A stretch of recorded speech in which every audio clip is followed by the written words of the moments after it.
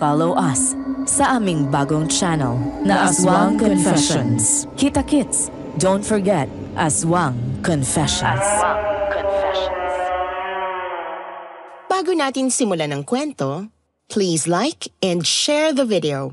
Huwag na din kalimutan mag-subscribe.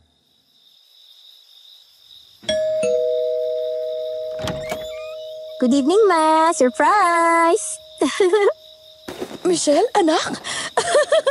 Akala ko ba next week ka pa darating? Akala ko di ka makakapunta sa party ng papa mo. Pa-exams ka pa, di ba? Palisot ko lang po yun para hindi niya matunugan na dadating ako. Siyempre, di ako pwedeng mawala sa birthday ni Papa, no? Ano ba yan? Hindi tuloy ako nakapaghanda ng hapunan mo ngayon. Okay lang po, Ma. Bumili na ako ng ulam kanina. Sige na, pasok. Akin na yung bag mo. O, ba't andito ka, Michelle? Kala ko ba sa susunod na linggo ka pa uuwi? Surprise, Papa! Hindi naman pwedeng wala ako sa birthday mo, no?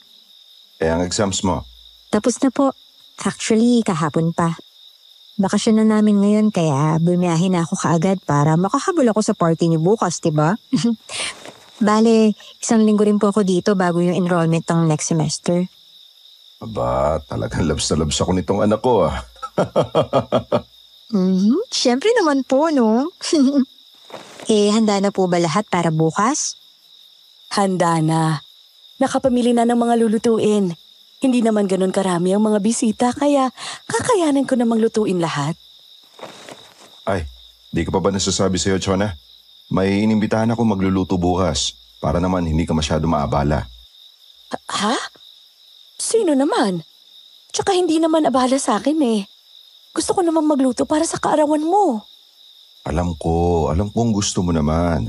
Ang akin lang para naman maramdaman mo rin yung saya ng okasyon bukas, hindi ba?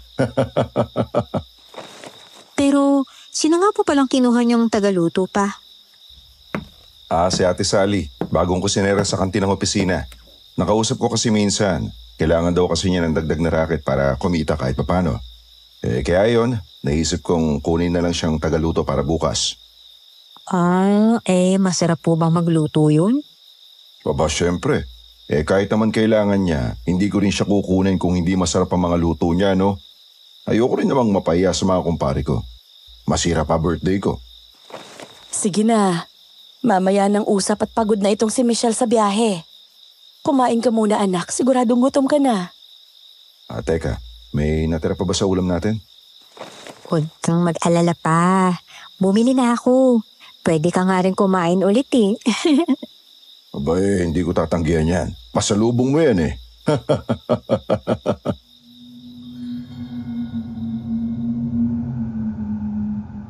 Hello, kwentong takip sining? Good day or good evening po, Miss Anne. Pati na sa mga listeners nyo. Ako po si Michelle, 32 years old na po ako sa ngayon, isang pharmacist dito sa amin sa Marinduque.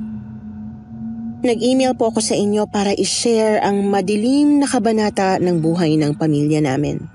19 years old pa lang po ako nito at nag-aaral pa sa UST.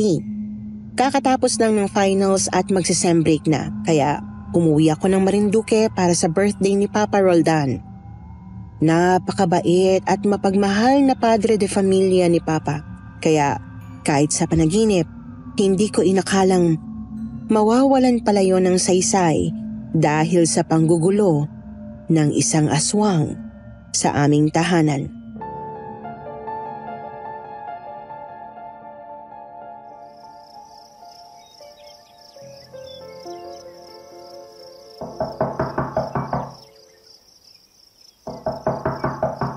Sandali lang, nandyan na. Sino po ba yan? Andyan na po.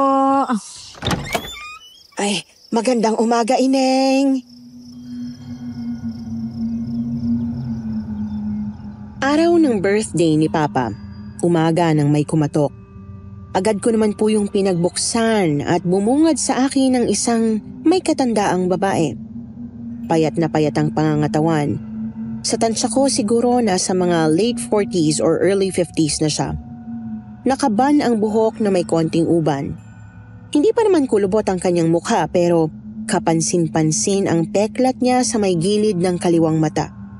Peklat na medyo kulubot. Siguro'y natapunan ng kumukulong mantika. Hindi rin mapakali ang kanyang mga matang hindi makatingin ng diretso sa akin.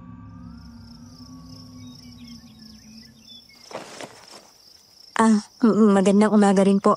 Sino po sila? Ako si Sally. Dito ba ang bahay ni Sir Roldan? Kayo pala yung kusinera na sinasabi ni Papa. Halika po, pasok po kayo. Ay, pinapapasok mo talaga ako? Talaga? Pwede akong pumasok? Ha? Opo. Pasok po kayo.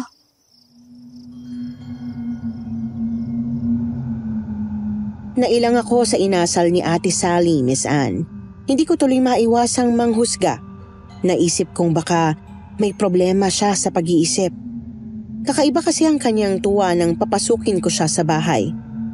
Nagliwanag ang kanyang mukha at ngumiti siya ng malapad. Kung titingnan ay para talaga siyang bata na binigyan ng permisong kumuha ng candy. Gayunpaman ay pinatuloy ko pa rin siya. Dinala ko siya sa kusina kung saan nag-aalmusal sina Mama at Papa. Huwag kang mahiya, Ate Sally. Kumain ka lang. Kakaluto ko pa lang niyang sinigang at daing na danggit. Nako, hindi na po. Kumain na po kasi ako bago ako pumunta rito. Magkape na lang po kayo. Ha?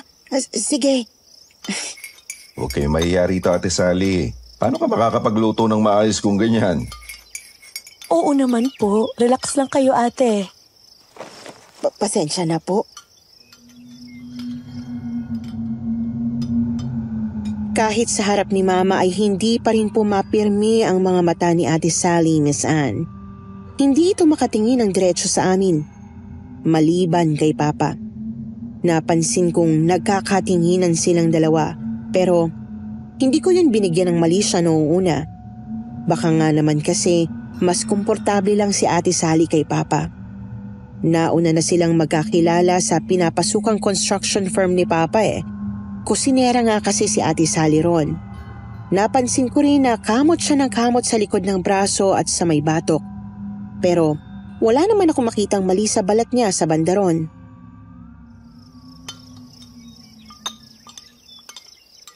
May iba nga pala ako, ate. Nakahanap ka na ba ng malilipatang boarding house? Wala po Hindi ako makatsyempo sa paghahanap. Bakit ka naman nilipat ng mauupahan?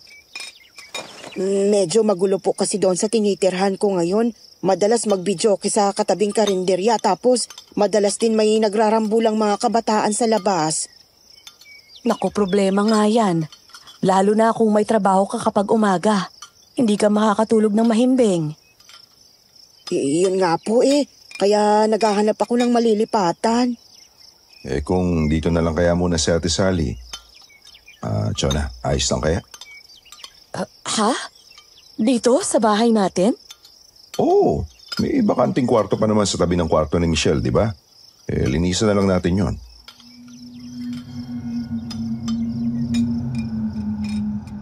Ang tinutukoy po ni Papa noon ay ang ikalawang kwarto sa second floor.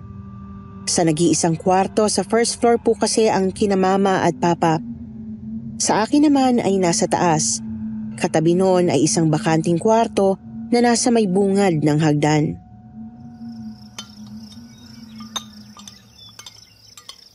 Pag-isipan muna siguro natin, Roldan. Huwag mo sanang masamain, ha? Ate, pero ayoko naman kasing magpatira ng kung sino-sino lang dito sa bahay. Hindi ka pa kasi namin gaanong kilala. Kahit nga po itong si Roldan na ilang araw niyo palang nakikilala, di ba? Ayos lang, Ma'am Chona. Naiintindihan ko naman. Siya, sige na.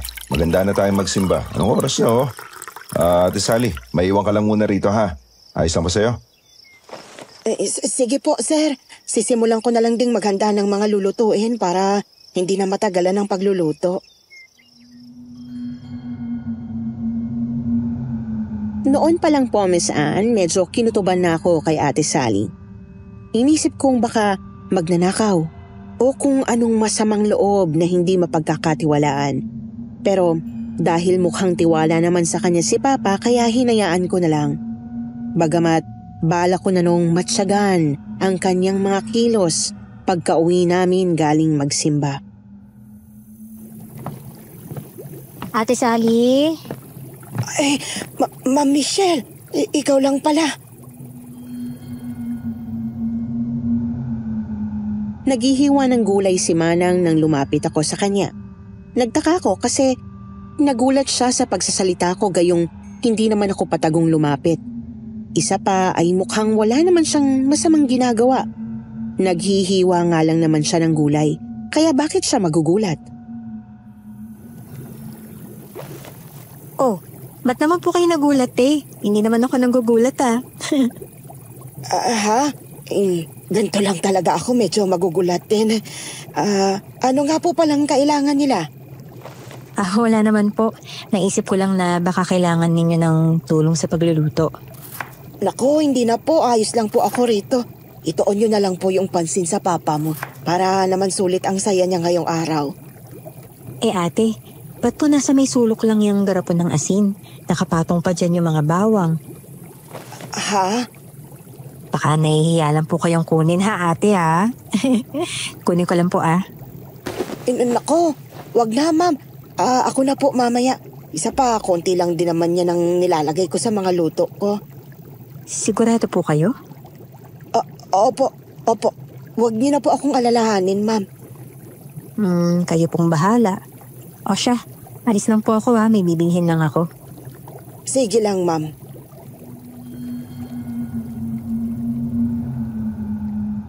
Umalis po ako noon upang bumili ng regalo para kay Papa. Nagpaalam na rin ako kay Mama na nag-aayos ng table sa likod bahay. Mga pasado 3:00 na po nang makauwi ako. Nadatnan ko pa rin si Mama sa likod. Saktong kakaubos lang niya ng kung anong inumin. Tapos, nasa tabi naman niya si Ate Sally. Mana po ma? Kaawaan ka ng Diyos, anak. Nakabili ka na ba ng regalo para kay Papa mo? Yes ma, kayo po. Hindi pa kayo tapos dito? Kakatapos ko lang. Sakto rin at paparating na raw si Papa mo, kasama ang unang mga bisita niya. Ano po yung iniinom nyo? Ito ba? Tinimpla ni Ate Sally, pamparelax daw. Nakaka-relax nga naman. Ang sarap eh. Ay, hinapansin ko po kasing parang pagod na si Mama niyo, ma'am. Kaya pinagtimpla ko ng tsaa. Baka gusto mo rin, Michelle. Naku, hindi na po.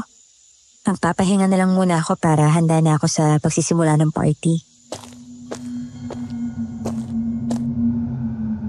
Iniwan ko sina Mama Chona at Ate Sally sa likod bahay.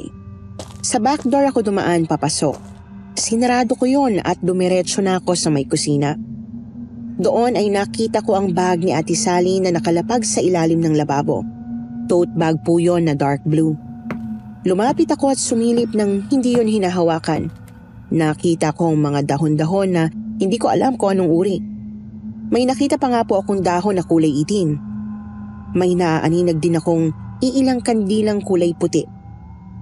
Sumilip pa ako ng maigi at napamaang na lamang ako nang may makitang bungo ng kung anong hayop. Ano yan? Bungo ba yan? Bungo ba yan ng pusa o aso? Ay, Diyos ko. Ba't may ganyan sina Ate Sally? Ma'am? Ate Sally? Kanya lang pala. Anong tinitingnan niyo? Wala po ate. Napatingin lang po ako kasi naiwan nyo dyan sa ilalim ng lababo eh. Ba't po ba dyan ninyo nilagay? Puno po kasi ang mesa ng mga rekado, ma'am. Kaya dyan ko na lang yan nailapag. Ewan, ba't di ko naisip sa upuan na lamang ilagay? Ba't nga po pala kayo napasigaw sa gulat, ma'am? Hindi mo narinig ang pagbukasara ng pinto? Ha? Opo. Hindi ko napansin te. May nakita kasi ako sa bag nyo. Parang bungo ng kung anong hayop. Bungo? Paano naman magkakaroon ng bungo dyan? Eto po ilang gamit lang naman ang nandirito. Nasaan na yun? Miss Anne, nagtaka ako nang mawala ang bungong nakita ko. Maski nga ang mga kandilang itim ay nawala na rin. Ang naiwan ay ang mga dahon-dahon at mga personal na gamit ni Ate Sally. May wallet, damit at kung anong librito.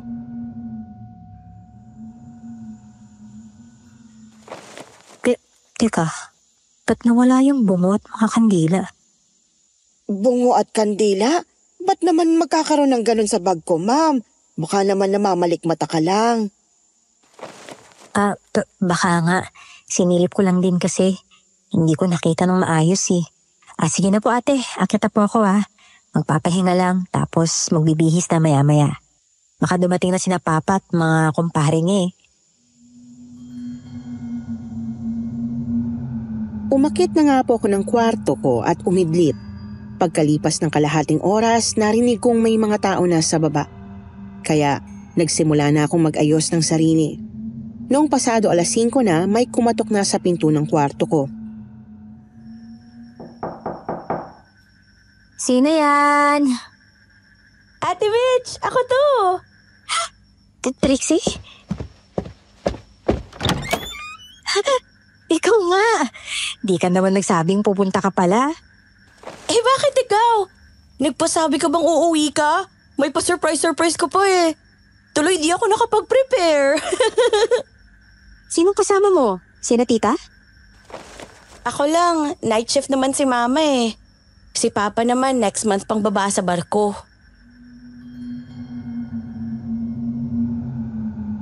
Si Trixie ay isa sa mga nakababata kong pinsan, Miss Anne.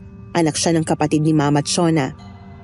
Siya ang pinaka-close sa akin sa lahat ng mga kapinsan ko. Pinapasok ko siya sa kwarto. Gaya ng nakagawian, agad kaming nagkumustahan at nagdaldalan. Nakakatampo ka naman, te. Ba't naman pati sa akin sinikreto mo pang pag-uwi mo? Hindi naman ako nag-iingay kina tito-tito eh. Pwede mo pa nga akong kuntsabahin. Sorry naman. Yaan mo na yun. Ang mahalaga, andito ka na. Ay hindi, kailangan treat mo ko. Oo na, sige na. Bukas gala agad tayo ha. Okay na ba yun? Napilitan? Ganon? Mapilit ka eh. Ay oo nga pala ate, sino yung weirdong babae sa baba? Weirdong babae? Baka weirdong babae. Teka, sino bang... baka si Ate Sally ang tinutukoy mo. Malay ko ba nung pangalan nun? Basta, yung payat na may peklat sa gilid ng mata. Si Ate Sally nga. Kusinera yun sa kantin ng office ni na Papa. Siya yung nagluto ng mga handa ngayon. Ba't naman kumuha pa kayo ng tagaluto? Pwede naman si Tita Chona, di ba? Mama ko pwede niyo rin tawagan. Choice yan ni Papa eh. Gusto lang daw tulungan at bigyan ng extrang racket yung babae. Ang totoo, naisip pa nga ni Papa na dito patuluyin niya si Ate Sally. Naghahanap kasi ng malilipatang boarding house eh. Anong nakain ni Tito? Di naman siya ganyan kabait I mean, oo mabait siyang tao. Pero hindi naman siya masyadong mapagbigay sa iba. Alam mo may point ka Siguro pagod lang ako sa biyahe kahapon kaya di ko yan agad isip. Tapos, ewan ko, masamahan ko tub ko doon sa Ate Sally na yon. Ha? Kilala mo ko Ate Mitch, judgmental na ako kung judgmental. Pero sinasabi ko talaga ang mga saloobin ko. Basta ayoko sa kanya. Ang totoo, iba rin ang kutob ko dun eh. Hindi ko nga lang matukoy kung bakit. Matyagan mo lang muna talaga siguro ate.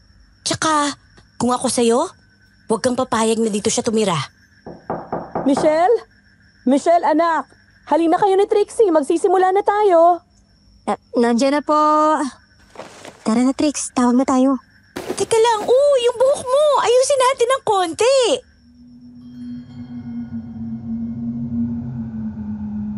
Naging maayos naman po ang kabuuan ng birthday party ni Papa Roldan, Miss Anne. Marami-rami rin kaming mga bisitang dumalo. mga kumpare ni Papa, mga kaopisina, at pati na rin mga kaibigan nila ni Mama. Yun nga lang ay napansin kong medyo nananamlay si Mama Chona. Parang inaantok ang kanyang mga mata. Hindi rin siya kumakain ng maayos kahit paborito naman niya yung ibang mga pagkain. Oma, okay lang po kayo? Ha? Ba't mo biglang naitanong, anak? Kanina ko pa po kasi napapansin na parang matamlay kayo eh. Hindi nyo rin na halos ginalaw yung hipon kahit paborito nyo naman talaga yan. Medyo masama lang ang pakiramdam ko, anak. Ewan ko ba?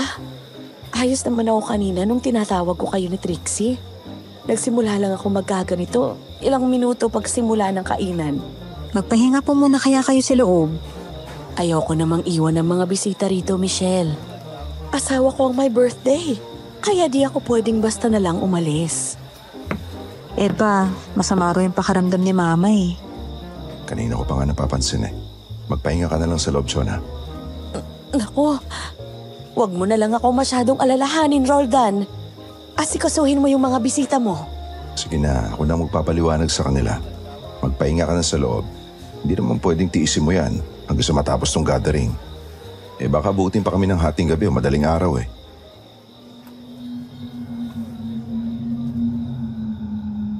Sinamahan ko nga po sa loob ng bahay si Mama, Miss Anne. Nakasalubong pa namin si Ate Sally na naguhugas ng pinggan sa may kusina. Buti na raw kasi na unti-untiin niya yon kesa naman maghugas ng maramihan kapag tapos na ang gathering. Pagkatapos ay tumuloy na kami ni Mama sa kanilang kwarto sa first floor. Noong makatulog na siya, tsaka naman ako lumabas at bumalik sa gathering. Naroroon kasi si Trixie at ang iba pa naming mga pinsan. Catching up na rin kami kumbaga. Pasado 9:00 naman nang pumasok ako sa bahay para i-check ulit si Mama. Nagtaka ako kasi wala si Ate Sally sa kusina. Hindi ko rin siya natanaw sa may sala. Lumakad ako papunta sa kwarto ni na Mama. Napahinto ako sa harap ng pinto nang mahawakan ko ang doorknob. Bigla po kasing kumabog ang dibdib ko, Miss Anne. Teka, bakit ako kinakabahan? Hindi maganda tong kutob ko Mama? Sino ka? Halos kumalas ang kaluluwa ko sa nakita nang buksan ko ang pinto. Patay ang ilaw ng kwarto pero may liwanag galing sa labas. Pumapasok din doon ang liwanag galing sa hallway. Kita kong may kung sinong nakatuwad sa gilid ng kama ng mga magulang ko. Nakatapat ang mukha nun sa leeg ni Mama. Sabog-sabog ang puting buhok at kulukulubot ang balat. Lumingon yun sa akin at nakita kong lubog ang namumula nitong mga mata at naglalaway ang bungangang may matatalas na mga ngipin.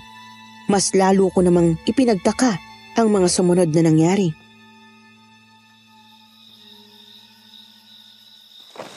Ay, Ma'am Michelle, may problema ba? Ate Sally?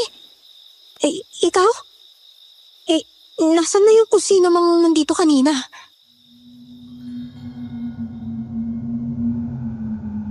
Sa isang iglap ay namalayan ko na lang na bukas na ang ilaw ng kwarto. Wala na ang babaeng hindi ko kilala sa loob. Sa halip, nakita ko rong nakatayo si Ate Sally sa gilid ng kama. May hawak siyang mangkok na may bimpo. Sino pong tinutukoy niyo, ma'am? Wala naman pong ibang nandirito. Ako lang po at si mama niyo. Ano pong ginagawa niyo rito? Nabanggit kasi ni Sir na masama raw ang pakiramdam ni Ma'am Chona, kaya pinuntahan ko. Napansin ko napakataas ng lagnat niya kaya kumuha ako ng pamunas. Nilapag ni Ate Sally ang hawak na mangkok sa side table. Piniga niya ang bimpong naroroon tsaka nilagay sa noo ni Mama. Ay, Diyos ko. Ano bang nangyayari sa akin? Kung ano-ano na lang yung nakikita ko Magpahinga ka na rin siguro, Ma'am. Mukhang pagod na rin kayo eh. Ako nang bahalang magligpit mamaya pagkatapos ni na Sir. Si Mama po. Kamusta naman na po? Heto nga at mataas ang lagnat. Hayaan nyo, mamaya paiinumin ko siya ng halamang gamot. Anong gamot po ba yan, ate? Hindi po ba yan makakasama kay mama? Simpleng nilagang luya na may oregano lang naman, ma'am. Tapos, konting dahon na mula sa probinsya namin. Huwag po kayong mag-alala. Bukas ay maayos na pong pakiramdam ni mama niyo. Pinanood ko si Ate Sally na ihanda ang siya ang pinapainom niya kay mama. Wala naman po akong nakitang mali. Oregano nga lang yon at luya. Tapos may dahon na mukha namang malinis. Kaya hinayaan ko na lang po muna siyang ipainom yon kay mama. Bagamat iniisip ko na noong ipa-ospital na agad si mama kapag lalo pang sumama ang kanyang lagay. Gayunpaman ay hindi na ako lumabas ulit ng bahay. Binantayan ko na lang si mama sa loob. Nakikita ko rin si Ate Sally na naguhugas ng mga pinggan. Mga kalahating oras pa, pumasok na rin si Trixie sa kwarto ni mama. Sinarado ang pinto. Kumusta si tita? Ayun. Tulog pa rin at nilalagnat. Anong temperature niya? 39.1 eh. Kapag nag-40 na to, ipapasugod ko na talaga sa ospital si mama. Ay, sana talaga umukay na si Tita Chona. Dito na lang din muna ako matutulog ngayong gabi. Baka sakali may maitulong pa ako. Salamat talaga, Trixie ha. Okay na rin yun. Pasado 10:00 na rin eh. Alanganin kung uuwi ka pa. Teka, ano yung nasa side table? Pinainom kasi ni Ate Sally ng tsaa na gawa sa halamang gamot si mama. Ate naman! Ba't ka pumayag? Alam mo namang may something sa babaeng yun eh. Mamaya niyan, lasunin pa si tita.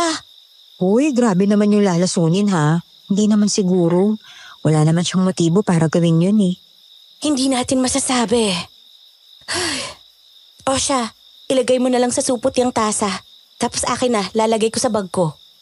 Oh, ano naman gagawin mo dyan? Ipapakita ko kay Lolo Pedro. Yung lolo mong albularyo sa father side? Oo, siya nga. Hindi ko lang alam, Ate Mitch. Pero kinukutuban kasi talaga ako eh. Nangangati ang utak ko sa di ko malaman kung ano. Ang sure ko lang, tungkol kay Ate Sally. Kaya ako ipapakita kay Lolo yung tasa para malaman ko kung anong pinainom niya kay tita. Paano kung mali ka ng kutob? Paano kung wala namang mali kay Ate Sally? Eh di okay. Cleared na si Kusinera. Pero ang dapat mong itanong, paano kung tama akong may something nga dyan? Dun ka mas mabahala.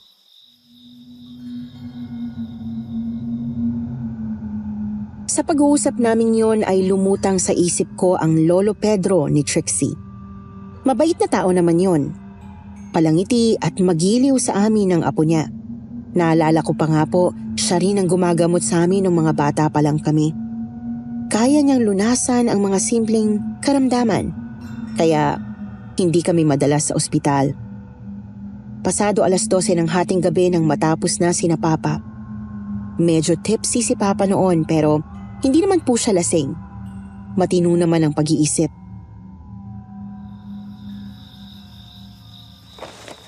Pa, akit na po kami ni Trixie ah. Tawagin niyo na lang po kami kung kailangan niyo ng tulong kay mama. Sige. Michelle, nga pala. Hanapin mo nga yung ekstrang kumot at tunan. Bigay mo kay Ate Sally mo. Ha? Di po siya uuwi? Ating gabi na. Paano siya sa daan. Isa pa, pagod na yan sa maghapong pagluluto. Yun nga, tagliligpit pa rin sa likod. Ayaw pa magpahinga, kahit sinabihan ko na. Saan po siya matutulog? Dyan lang sa sala. Hindi pa malinis ang bakanting kwarto eh. Sige po. Kukuha lang po ako. Kinabahan ako noon, Miss Anne. Nagkatinginan din kami ng palihim ng pinsan ko. Alam kong gusto niyang sabihin ayaw niyang magtagal si Ate Sally dito sa bahay. Ganon din naman ako. Bagamat may bahagi pa rin sa isip ko na nag-iisip na baka mali lang ang kutob ko. Ibinigay ko kay Papa ang ekstrang kumot at unan. Siya na raw ang magbibigay kay Ate Sally kapag tapos na itong magligpit. Kami naman ni Trixie ay pumanik na sa kwarto ko. Nagbihis lang po ako, pagkatapos ay agad din namang nakatulog ng humiga.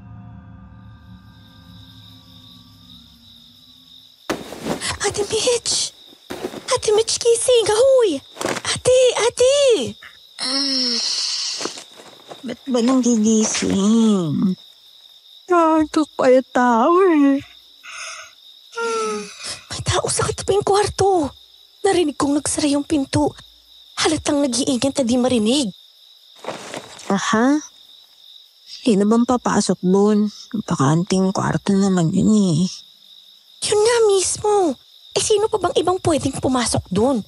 Si Tito lang o di naman kaya yung Ate Sally. Tignan natin, Ti. Nalilito pa rin ang utak ko noon kung anong iisipin, Miss Anne.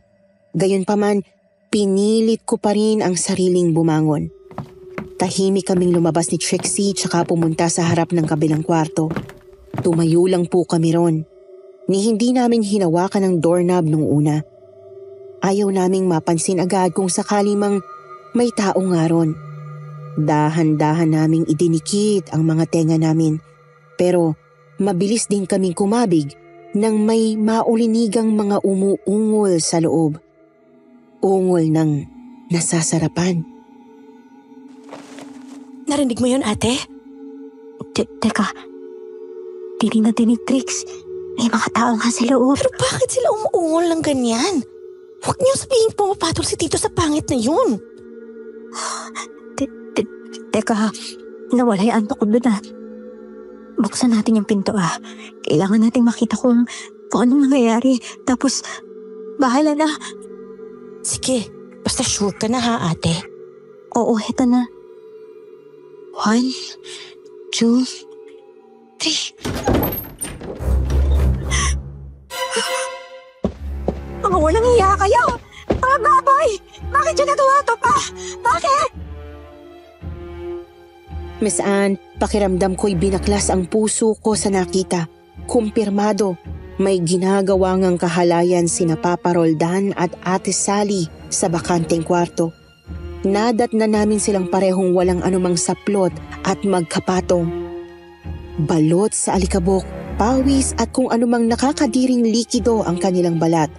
Ang matindi pa rito, hindi sila huminto ng bulyawan ko. Bakit pa? Bakit yung nagawa to? Ano nangyari sa inyo, pa? Ate Mitch, teka po. Si Ate Sally, tignan mo. Diyos ko. Sinasabi ko na nga ba? Hindi tao yan, aswang yan. Halika natin, lumabas na tayo. Aswang? Miss Anne, nadagdagan ng nakalulunod na kilabot ang galit ko kay Papa. Nakita po kasi namin ni Trixie na iba ang itsura ni Ate Sally noon. Yun mismo ang mukha ng matandang babaeng nakita kong nakatuwad sa kwarto ni na Mama. Sabog-sabog ang buhok, kulubot ang balat, lubog ang pulang mga mata at matatalas ang mga ngipin. Ate, kumuha ka ng kandado. Kandaduhan natin tong kwarto na to. Oo, sandali. Taranta naming kandaduhan ang bakanteng kwarto mula sa labas. Pagkatapos noon ay nagtuloy-tuloy kami pababa papuntang kusina. Nasaan na ba yun? Bakit wala? Teka, ano bang hinahanap mo, Trixie? Asin at bawang. Yun ang dalawang pangunahing pangontra sa aswang. O kahit kalamansi man lang, bakit wala? Asin, saka... Alam ko na, kinabi yun sa sulok ni Ate Sally kanina. Diyos ko! Siya nga palang nagluto. Malamang tinapon niya lahat ng pangontra dito sa kusina. Ano lang gagawin natin? Ano yun? Mukhang sinisira na niya ang pinto. Lago tayo kapag nakalabas yan. Si Mama. Unahin na lang muna natin si Mama. Sige, tara. Kung hindi siya magising, pagtulungan nating buhatin palabas. Kailangan nating makalayo agad. Idiretso natin sa kotse ni Papa. Ako na magmamaneho. Dali-dali kaming pumunta sa kwarto ni na Mama at Papa. Nakita naming nilalagnat at tulog pa rin si Mama. Ayaw niyang magising kahit pilitin namin. Kaya binuhat na lang namin siya papuntang kotse ni Papa. Dala din ni Trixie noon ang kanyang bag kung nasaan ang tasang pinaglagyan ng tsaa. Ako naman ay susi lang ng kotse ang nabitbit. Hiniga namin si Mama sa backseat. Si Trixie naman ang nagbukas ng gate. Tapos nilabas ko ang kotse. Doon na sumakay si Trixie sa backseat din. Tapos pinaandar ko na agad ang sasakyan. Nahintakutan pa kami nang makitang nakadungaw si Ate Sally sa bintana ng bakanteng silid. Natanggal na ang iilang mga jealousy doon pero mukhang hindi pa rin siya makalabas dahil sa bakal na grills. Nakakainis naman kasi. Bakit ba kasi dumating pa sa buhay ni Papa yung aswang na yun? Ano bang ginawa niya kay Papa? Kay Mama. Anong mangyayari kay Mama? Hindi ako sigurado, te. Pero hinala ko ginayuma lang ni Ate Sally si Tito Roldan. Siguro nagustuhan niya si Tito kasi matipunong tao at makisig. Siguro gusto niyang malihian siya ni Tito tapos ayun dinamay niya si Tita. Babalik pa ba natin si Papa sa dati? Yan ang hindi ko po masasabi, ate. Si Lolo lang ang makakasagot niyan. Sige na po, focus ka muna sa pagdadrive. Kumalma ka po muna. Tuloy-tuloy akong nagmaneho papunta sa bahay ng lolo ni Trixie. 10 minutong biyahe lang naman po yun, Miss Anne. Hindi ko nga lang maiwasang mabahalang baka mahuli kami. Wala kasi akong dalang lisensya nun.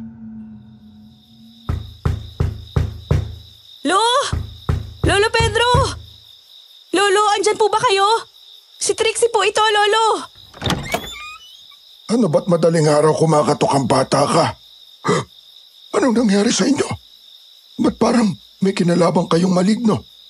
Hindi po maligno, Lo. Aswang po. Ako, wag mo akong pinaglolo ko ha, Patricia. Lolo naman eh. Nagbabagsak ng pangalan.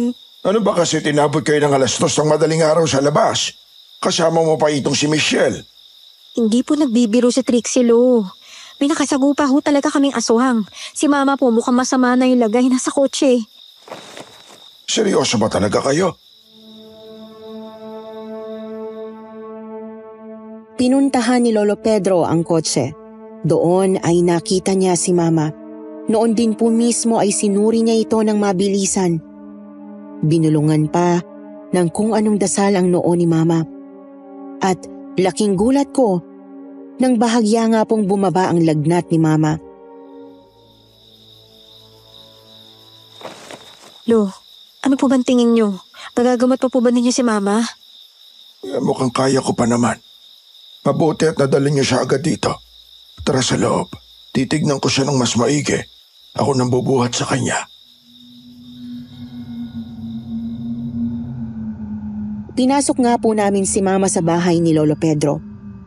Diniretso niya si Mama sa kwarto niya ng mga pasyente sa pag-aalbularyo.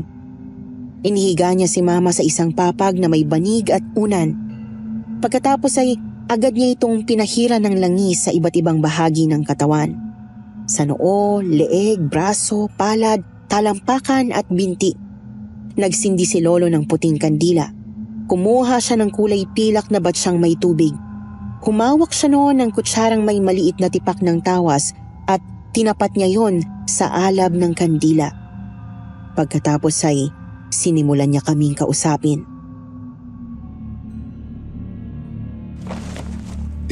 Michelle, ikwento mo sa akin ang lahat ng nasaksihan mo.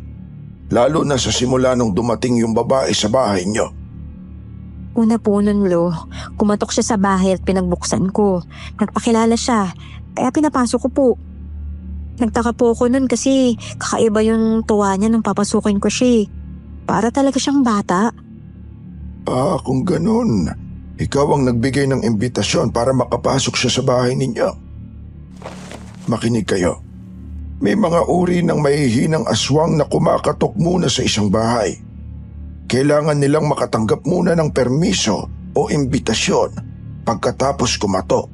Para makapasok, kailangan ang magbibigay ng imbitasyon ay sa kinatok na bahay talaga nakatira. Kung hindi nila matatanggap ang imbitasyon o permisong yon, mahihirapan silang makatuloy. Kung ganun, kasalanan ko po. Pwede mong isipin ganyan. Pero mas maganda kung iisipin mong May iba rin namang pwedeng magbigay ng permiso sa kanya maliban sa'yo. Sina papa o mama mo. Ay, sige na, Iya. Magpatuloy ka sa pagkukwento. Pagkatapos po nun, Lo, pumasok nga po siya at kinausap namin. Inalok siya ni Papa na sa amin tumuloy. Pero ayaw po talaga ni Mama.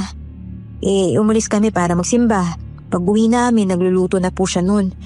Pero napansin ko po, nakatabi lang sa isang sulok yung asin at mga bawang. Sabi niya, konti lang naman daw ang gagamitin niya sa mga yun eh. Kaya binaliwala ko na lang po. Tapos umalis ulit ako para bumili ng regalo para kay Papa. Pag uwi ko, nadatnan ko na lang na meron siyang pinapainom kay Mama na kung ano. Tapos bukod pa po doon, may nakita akong mga kakaibang bagay sa loob ng bag niya. Itim na kandila, mga dahon na itim, at bungo ng kung anong hayop eh. Pero nawala rin bigla nung lapitan niya ako. Hula ko, hindi bungo ng hayop yon, kundi bungo ng di pa naisisilang na sanggol. Seryoso, Lo? Ba't naman magtatago ang isang aswang ng ganun? Anting-anting ng mga demonyo yon.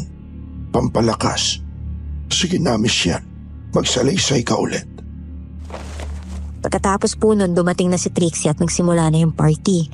Doon ko po napansing sumama ang pakiramdam ni Mama. Kaya ako siya pinapasok sa kwarto. Nung bumalik ako sa kwarto na yun para i-check si Mama, naabutan ko doon yung pangit na itsura ni Ate Sally. Sobrang nakakatakot po talaga. Pagkatapos, pinainom niya ng tsaang halamang gamot si Mama. Ang tasa na bigay ko sa inyo ang ginamit sa tsaang yun, Lo. Hindi nga maganda ang amoy ng tasang yan para sa akin. Trixie, kumuha ka ng 3 kalamansi sa kusina. Pagbalik mo, patakan mo yung tsa. Magpatuloy ka, Iya. Tapos ayun nga po, nung natapos na yung party, natulog na po kami ni Trixie sa kwarto. Tapos ginising ako ni Trixie kasi meron nga po siya narinig na kakaiba sa bakanting kwarto eh. Doon na po namin nadatnan na may ginagawang milagro si na Papa sa yung aswang na yun. Eto na po, Lo. Ipapatak ko na po. Sige.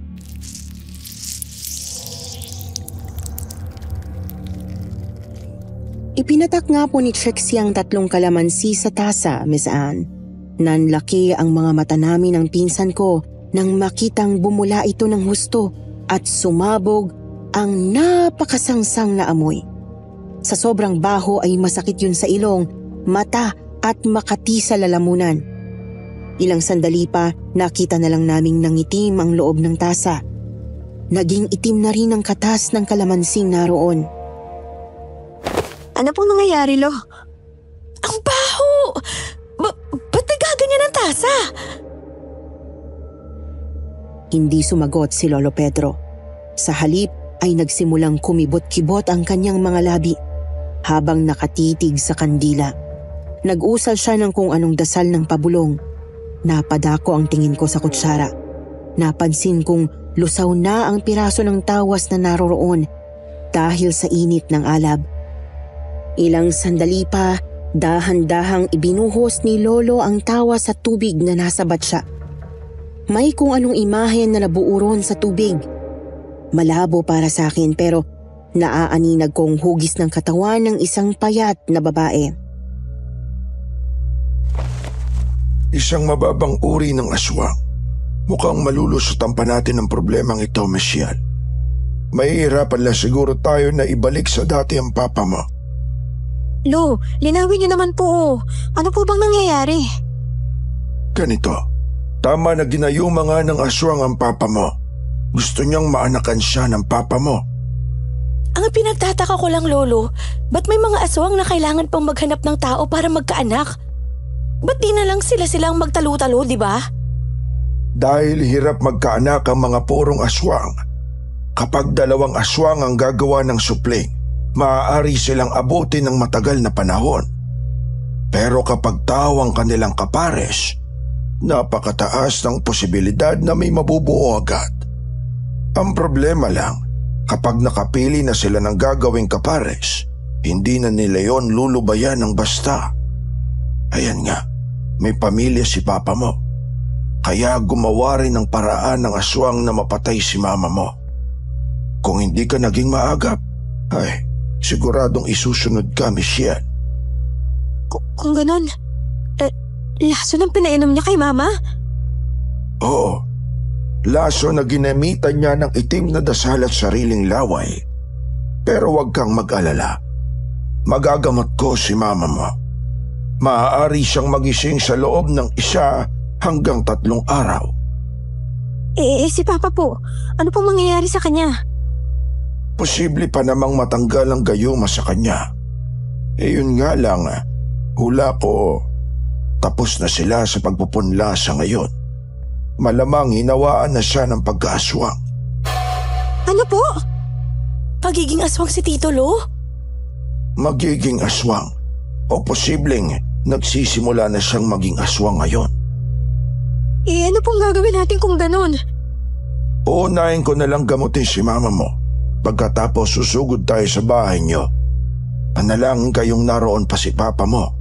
Dahil kung wala na at nakalayo na sila, mahihirapan na tayong hanapin siya.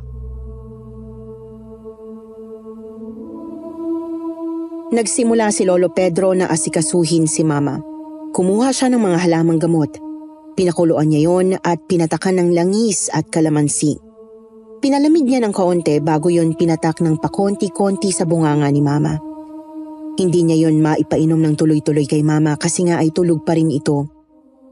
Pagkatapos ay iniupo niya si Mama pasandal sa dingding na nasa ulunan ng papag. Michelle, huwag kang magugulat ha? Magugulat? Saan na po? Maya-maya lang, magsisimula na ang talab ng gamot. Mamimilipit si Mama mo. Tapos susuka, tsaka siya mawawalan ulit ng malay. Mangyayari yon dahil lalabanan ng gamot ang lason sa kanyang katawan at sa pilitang ilalabas. Sige po. Pero huwag kang mag-alala. Magigising din naman si Mama mo makalipas ang 3 araw. Ayan na.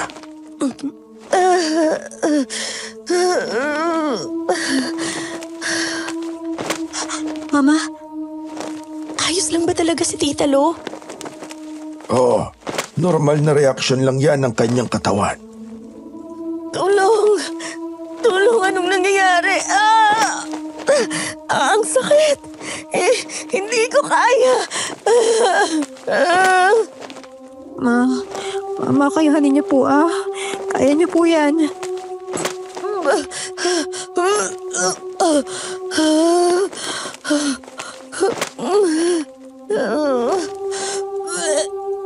Trixie, ipwesto mo yung timba. Eto na po.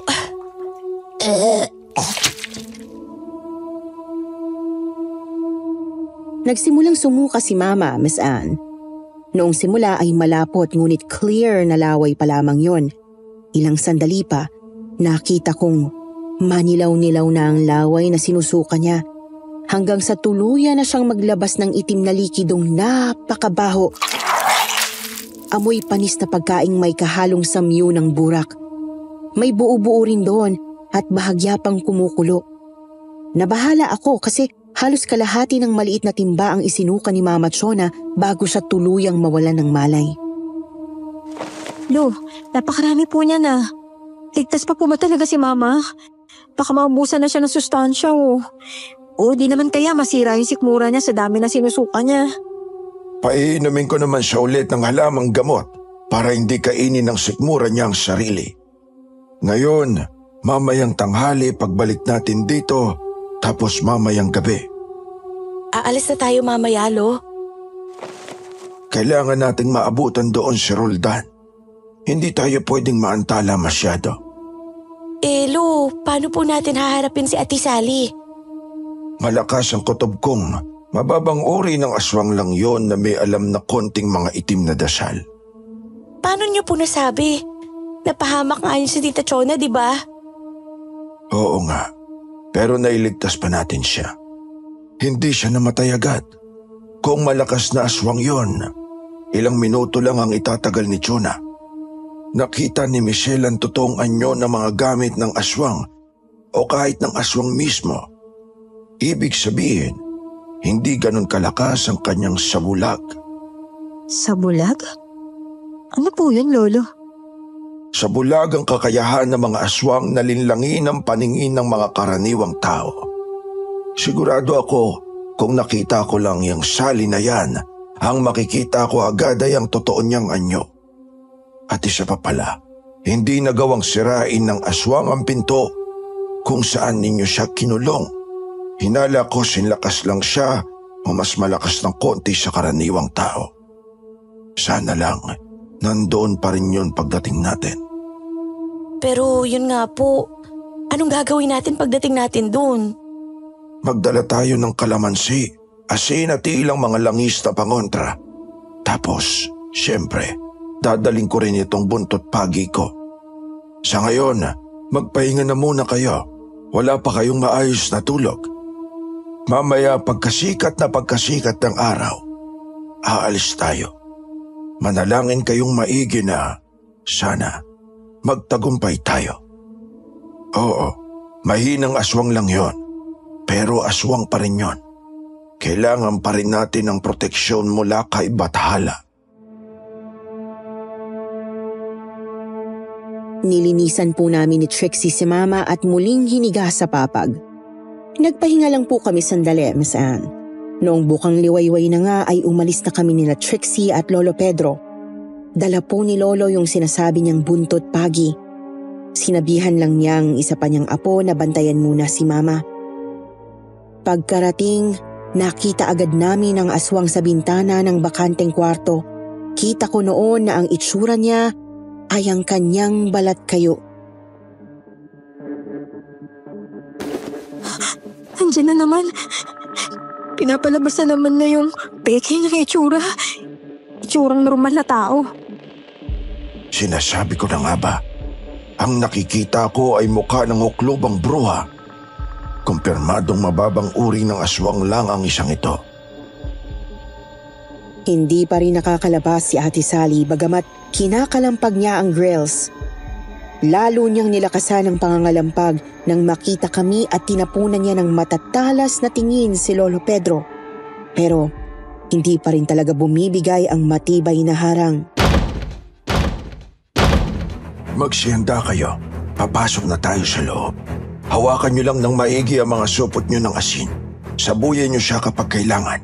At tandaan niyo rin, unahin nating makuha si Roldan. Kung mapapatay natin ang aswang, di mabuti. Pero wag nating pipilitin. Ang kaligtasan ni Roldan ang mahalaga. Tara na sa loob. Tumuloy kami papasok ng bahay at humarap kami sa pinto ng saradong silid. Medyo nagtaka kami kasi napakatahimik na ng paligid noon. Hindi na namin marinig ang langit-ngit ng kinakalampag na grills. Bakit ang tahimik na? Nakadakas na kaya yung halimaw na yun? Hindi pa naman po siguro kasi hindi pa naman po natin narinig na bumagsak yung frame ng grills eh. Naririyan pa siya sa loob. Ramdam na ramdam ko ang maitim niyang presensya. Nag-aabang lang yan kung kailan tayo susugod. Sige na, Michelle. Tanggalin mo na ang kandado. Pero wag mo munang bubuksan agad ang pinto. Opo, Lo. Heto na po. Pagbukas ko ng pinto, sabuayin niyo siya agad ng asin. Susugurin ko naman siya gamit ang buntot pagi. Sige po, Lolo. Sige, bubuksan ko na. 1, 2, 3. Subukan niyo ako saktan at mamamatay ang taong to. Hindi kami nakakilos agad ni Trixie. Hawak-hawak kasi ng aswang ang hubot-hubad na si Papa. Halata kong wala sa sarili ang tatay ko. Tulala lang ito habang nakasandal patayo sa huklubang aswang. Naroroon sila sa isang sulok ng kwarto. Nakaamba sa liig ni Papa ang matatalas na mga kuko ng halimaw. Hindi mo ako maluloko. Hindi mo papatayin niyang ama ng magiging anak mo. Trixie, isaboy mo na yan. Opo.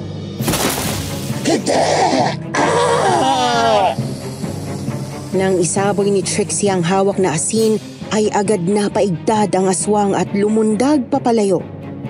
Doon na ako kumilos. Nagsaboy na rin ako ng asin.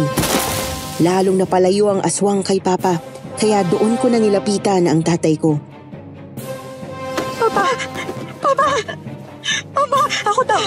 Ako to! Ayos ka lang ba? Papa! Papa! Ngayon, ikaw ang mamamatay! Hayop kang matanda ka! Ilayo mo sa akin yung pwisit na buntot paging yan! Pinagtulungan ni na Trixie at Lolo Pedro ang aswang, Miss Anne. Subalit, nagawa nitong makalapit sa pinto at makatakbo palabas. Bagamat kita naming malaki na ang natamo nitong pinsala.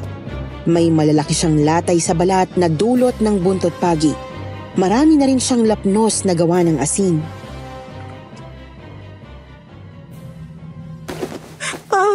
Papa, hindi mo po ba ako nakikilala? Pasumagot ka naman, oh! Papa! Nakakainis. Nakatakas ang ukluban.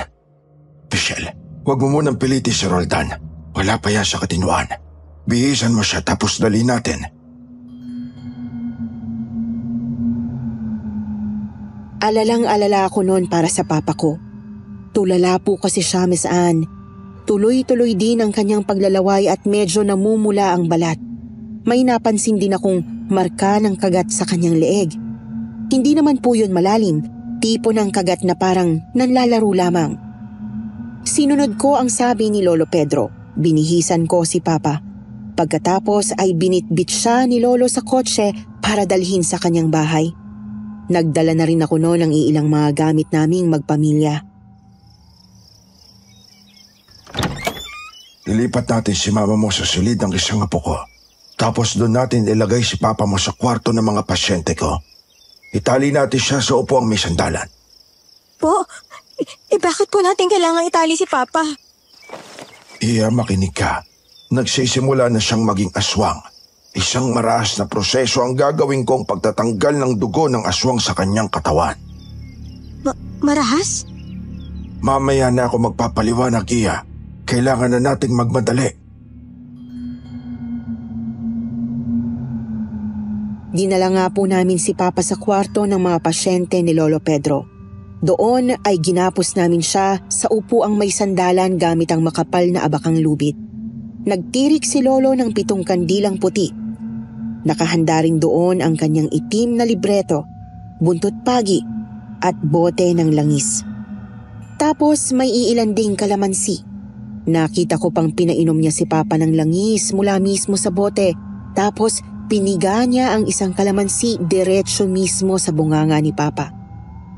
Miss Anne, doon din po mismo ay nagsimulang magsisigaw si Papa. Kita kong namimilipit siya sa sakit at pilit niyang kinakalas ang lubid.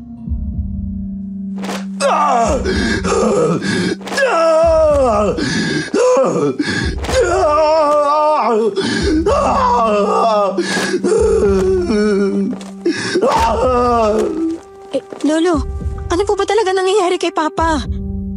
Kinukontra na ng mga pinainom ko ang pagkaaswang sa kanyang katawan. Kaya lang, kailangan pa niyang sumailalim sa isang ritual. Sa ngayon, lumabas muna kayong dalawa. Huwag na huwag kayong papasok. Huwag na huwag niyo rin bubuksan ang pinto ng kwartong to kahit na anong mangyari. Sigurado po ba kayo, Lo? Kaya niyo na po ba itong mag-isa? Kaya ko na ito, Apo. Gusto ko lang ding siguraduhin hindi kayo masasaktan kung sakali man. Pero, Lo...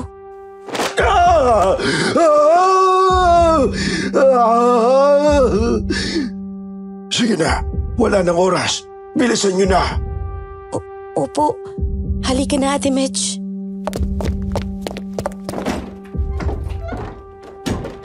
Kaya na ba talaga ni Lolo yun, Trix? Magtiwala tayo sa kanya, ate. Pero syempre magdasal tayo habang naghihintay. Naghintay nga po kami ni Trixie sa labas ng kwartong yon, Miss Anne. Noong una ay panay-ungol at paghuhumiyaw lang ni Papa ang naririnig namin, subalit nang lumaon ay tila ba mas naging magulo ang sitwasyon sa loob. Lumayas ka at lubayan mo na ang katawan ng lalaking ito!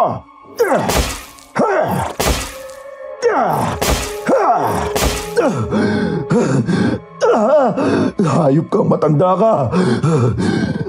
Sa ngalan ng makapangyarihang bathalang siyang may likha sa lahat, inutusan kitang lumayas ka!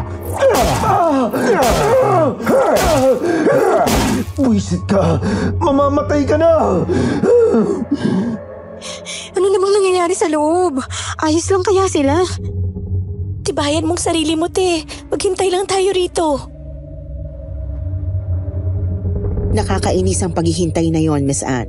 Pakiramdam ko, yun ang pinakamatagal na paghihintay na ginawa ko sa tanang buhay ko. Tuloy-tuloy ang pagsisigaw ni Papa Roldan sa loob ng kwarto. Si Lolo Pedro naman ay walang humpay ang pagpapalaya sa kung anumang sumapi kay Papa. Lumipas pa ang halos 1 oras, narinig na naming may sumusuka sa loob. Pagkatapos, huminto rin naman yon makalipas ang ilang minuto. Lolo, kumusta na po si Papa? Ayos na ang papa mo, Iya. Nawala na ang kanyang pagkaaswang. Lumabas si Lolo na pawis na pawis.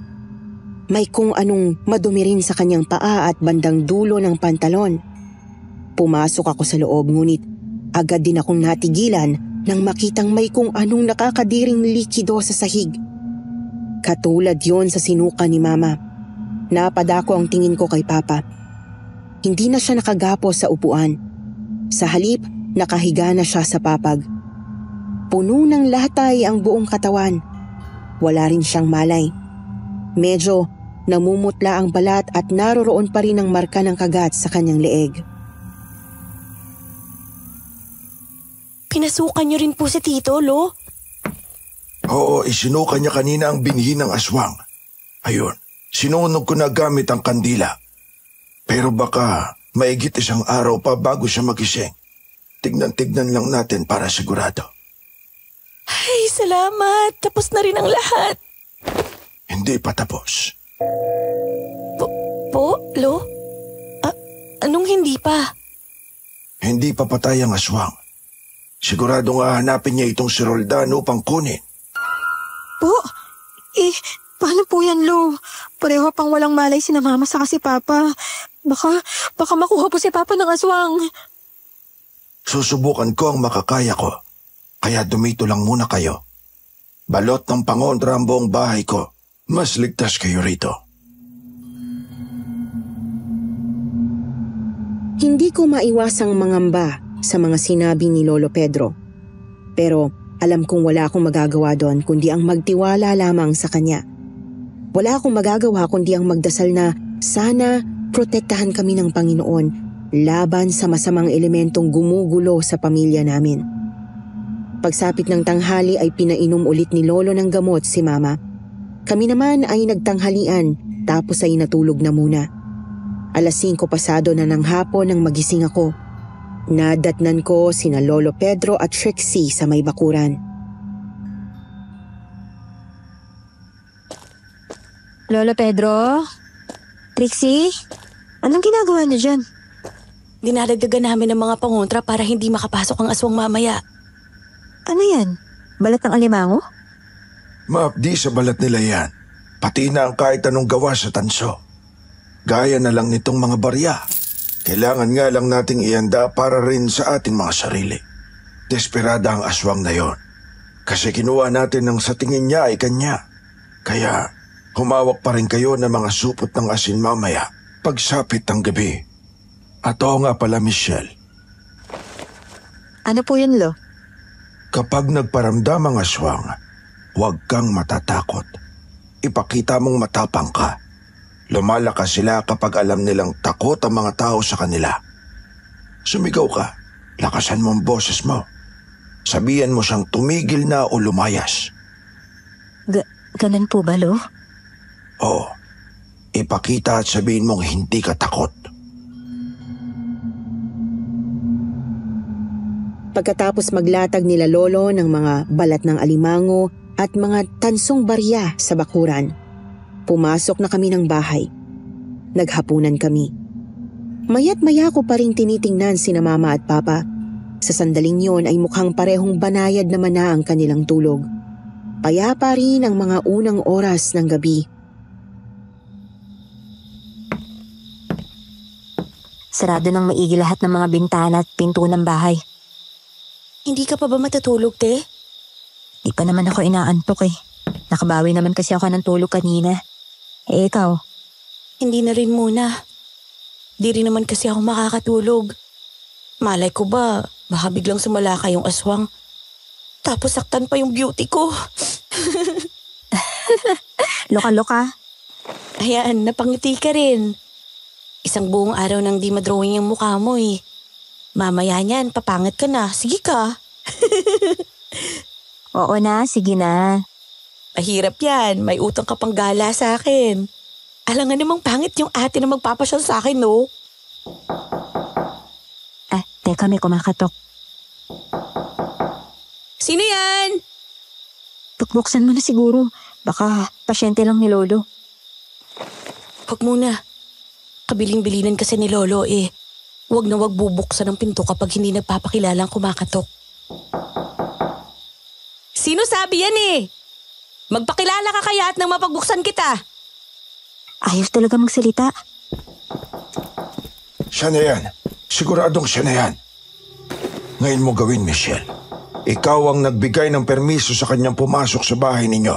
Ikaw ang magpapalaya sa kanya ngayon. Alam kong ikaw yan, Ate Sally.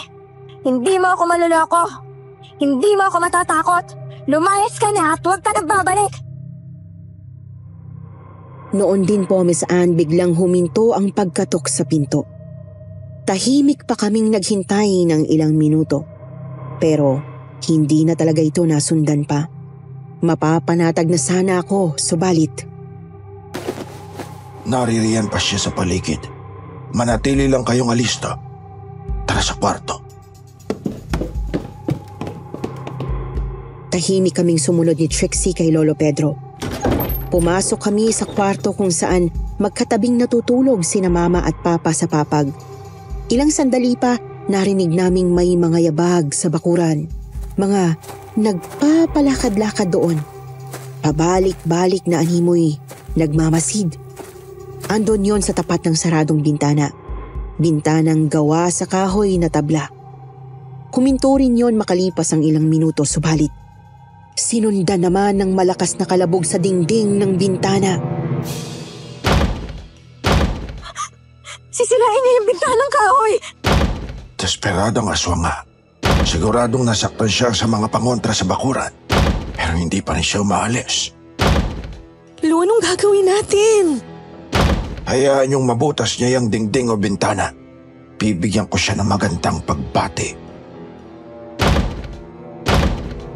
Tuloy-tuloy pong kinalampag ng aswang ang bintana. Ilang minuto pa, nakikita naming unti-unti nang nababaklas ang mga tablaron. Doon na pinagtibay ni Lolo Pedro ang kanyang tindig sa harap mismo ng bintana. Hanggang sa bumigay na nga ng konti ang isa sa mga tabla. Nagkaroon ng siwang doon at ilang sandali lang ay sumilip na ang namumulang mata ng aswang. Pakiramdam ko po noon ay sandaling huminto ang tibok ng puso ko dahil tumalas ang tingin ng matang yun nang makita ako. Umanda ka sa akin. Hetong dapat sa'yo! Pwisit ka talagang matanda ka. Panira ka sa mga plano ko! Walang ano-ano ay sinabuyan ni Lolo Pedro ng asin ang mata ng aswang. Mabilis din niyang inihampas sa siwang ang buntot pagit. Palagay ko'y tinamaan pa noon ng halimaw dahil mas lalo nitong nilayo ang sarili mula sa bintana. Mukhang nagalit na yata siya ng gusto. Lolo, saan ka pupunta? Lalabas ako. Kakalabanin ko na yan. Ipanalangin niyo ako. Mabilis na tumakbo si Lolo Pedro palabas ng bahay. Kami naman ni Trixie ay nanatili lang sa loob ng kwarto. Kinakabahang baka lalong masira ang bintana hanggang sa narinig na lang naming nagkakagulo na sa labas. Pikon na ako sa iyong albularyo ka. Panira ka ng plano. Lumayas ka ng demonyo ka at lubayan mo na ang pamilyang ito!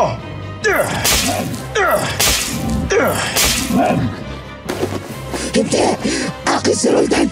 Akin na si Roldan! Ibigay mo siya sa akin! Tumigil ka na sa ilusyon mo! Ilang minuto rin silang ganoon sa bakuran, Miss Anne, hanggang sa hindi na namin maiwasang mapasilip ni Trixie sa siwang ng sirang tabla. Doon ay nakita naming kinukumbabawa ni Lolo Pedro ang huklubang aswang. Tuloy-tuloy ang paghampas niya ng buntot pagi. Si Ate Sally naman ay pilit na nanlalaban. Subalit, agad ding ikinakabig ang kamay kapag tinatamaan ng buntot pagi. Yun nga lang ay hindi rin maiwasang magtamo ng kalmot ni Lolo Pedro. Nadali siya sa may dibdib, hita at isang braso. Bagamat mukhang hindi naman ganoon kalalim. Mamatay ka ng matanda ka! Talagang ayaw mong sumukong hayop ka! Tuluyang kumulo ang galit ni Lolo Pedro nang makalmot siya sa mukha ng aswang. Noon din ay idiniin niya sa leeg ng halimaw ang buntot pagi. Kitang-kita namin kung paano unti-unting nanghihina si Ate Sally. Napalingon pa nga ito sa akin. Nagtama ang aming paningin. Kinilabutan ako, bagamat alam kong doon na matatapos ang lahat.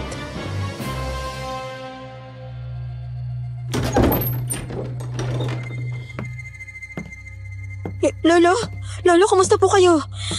Ang dami niyo pong kalmot. Konting galos lang ito. Kailangan ko nga lang uminom ng gamot para siguradong hindi ako tamaan ng lason, kung meron man. Ano na pong gagawin natin sa bangkay ng hukluban, Lo? Ano pa nga ba? E di ililibing. Diyan lang sa likod bahay. Kailangan ko nga lang bilisan para hindi ako mahuli ng mga kapitbahay. Baka isipin, may pinatay akong manyak na matanda. Totoo naman eh. May pinatay ka naman talagang matandang manyak. Noong gabi ding yon, ay nilibing nga ni Lolo ang bangkay ni Ate Sally sa likod bahay nila. Dinasalan niya pa ito at pinahiran ng kung ano-anong langis. Para daw siguradong hindi na bumangon ulit at hindi rin maamoy ng mga kalahi. Inilibing niya rin yon ng pataob para kung sakali mang magising, pailalim kung maghukay.